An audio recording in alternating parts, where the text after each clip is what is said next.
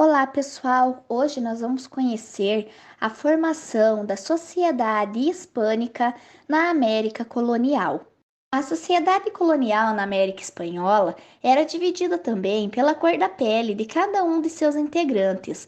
Ao longo do tempo, por conta das uniões interraciais, a origem dos habitantes se tornou mais importante que o grau de mestiçagem. Essa sociedade era altamente hierarquizada e contava com o local de nascimento dos seus colonizadores.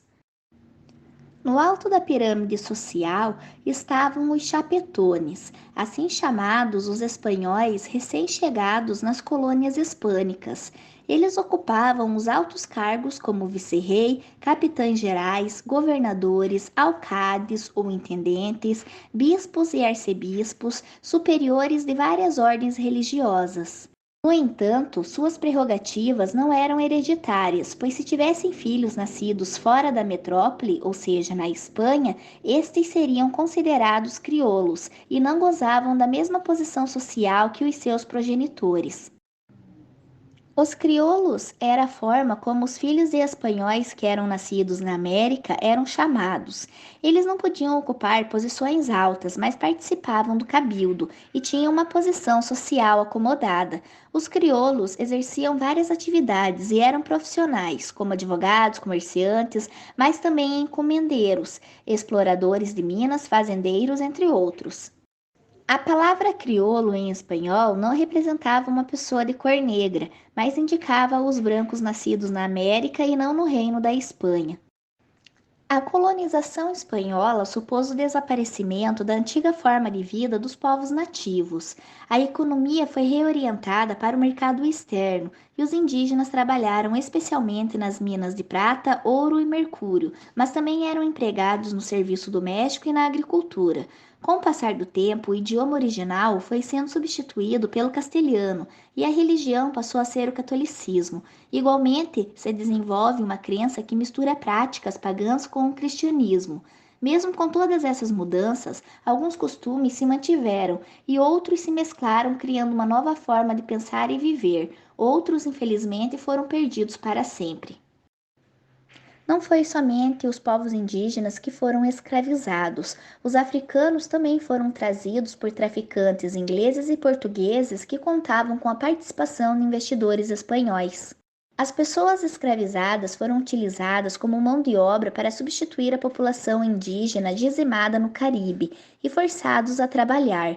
A escravidão negra não foi homogênea nos domínios espanhóis na América, foi intensamente empregada na região caribenha, mas com menos força nos vice-reinos. Como vimos, nessa sociedade, a cor da pele determinava o seu lugar na hierarquia social.